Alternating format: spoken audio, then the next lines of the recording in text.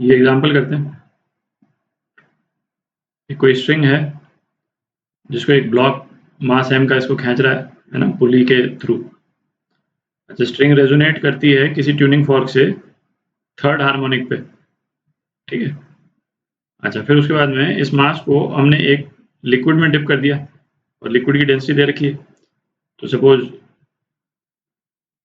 ना इस टाइप का कोई बीकर लगा करके और हमने इसको लिक्विड में डिप कर दिया, ठीक है। लिक्विड की डेंसिटी दे रखी है कितनी, रो एल। तो मास की डेंसिटी पूछी।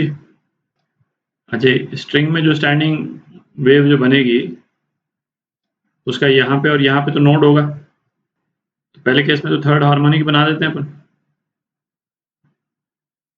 क्योंकि वो दिया हुआ है।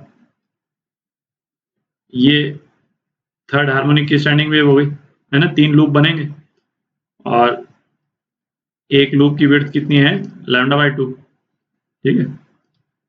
तो इसको लिखते हैं।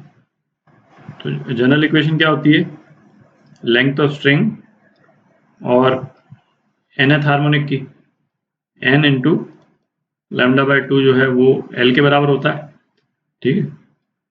तो यहाँ पे थर्ड हार्मोनिक दे रखा है, तो इसको है ना n3 हो जाएगा थर्ड हार्मोनिक के लिए, λ3 मतलब वेवलेंथ थर्ड हार्मोनिक पे, ठीक है, बाय 2, ये l के बराबर हो गया। और दूसरी इक्वेशन क्या हुई कि फिफ्थ हार्मोनिक पे वो रेजोनेट करता है जब मास को हमने किसी लिक्विड में डाल दिया। तो जब फिफ्थ हार्मोनिक पे रेजोनेट कर रहा है तो उसकी इक्वेशन हम लिख देते हैं λ5 मतलब वेवलेंथ एट फिफ्थ हार्मोनिक, ये l के बराबर हो जाएगा, ठीक है। अब λ3 और λ5 निकालते हैं। λ3 वाले टाइम पे वेलोसिटी है ना, तो इनिशियल वेलोसिटी बोलते हैं vi, जब ये इसको लिक्विड में नहीं डाला हुआ है। Tension upon mass per unit length, मास पर यूनिट लेंथ तो सेम ही रहेगी। तो इनिशियली टेंशन कितना है, mg/μ, ठीक है। और इसको हम लिख सकते हैं v rho g by mu. v है वॉल्यूम, किसका वॉल्यूम, इस ब्लॉक का वॉल्यूम, और डेंसिटी जो है इस ब्लॉक की डेंसिटी और ग्रेविटेशनल एक्सेलरेशन, ठीक है।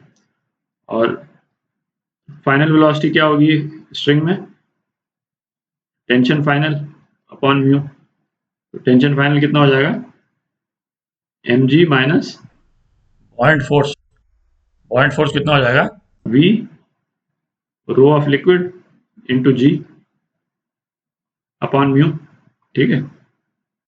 फ्रीक्वेंसी तो सेम ही रह रही, ठीक है, वो सेम ट्यूनिंग फॉर्क के साथ रेजोनेट कर रहा है, ठीक है। वो तो वेलोसिटी चेंज होने के कारण हार्मोनिक का नंबर चेंज हो गया, फ्रीक्वेंसी तो सेम ही है।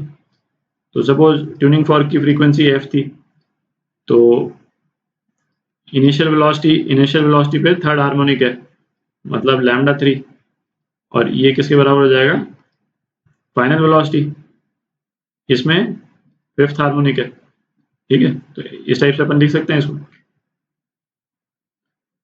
तो λ5/λ3 ये कितना हो जाएगा, vf/vi हो जाएगा, ठीक है।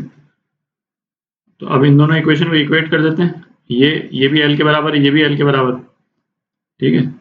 तो क्या हो गया, 3λ3 अपॉन 2 तो कॉमन ही है, ये कितना हो जाएगा 5λ5 के बराबर, ठीक है। तो λ5/λ3 कितना हो गया, 3/5 हो गया। अब λ5/λ3 की वैल्यू हम ये vf/vi वैल्यूज डाल देते हैं यहाँ, ठीक है। तो कितना हो गया, ये 3/5 हो गया आपका √v, है ना, v रो g लिख देते हैं mg की जगह, v rho g minus v रो liquid g upon v rho g, ये म्यू म्यू कैंसिल हो गया, है ना। vf/vi की वैल्यू डाल दी बेसिकली अपन ने, ठीक है। तो इसको यदि हम सॉल्व करें, स्क्वायर कर दीजिए, इसको सॉल्व करेंगे तो आपको डेंसिटी आ जाएगी, डेंसिटी इतनी आती, तो ये आ जाता है आपका 25 रो एल अपॉन 16। ये आपका आंसर आ गया, ये आपका आंसर हो गया।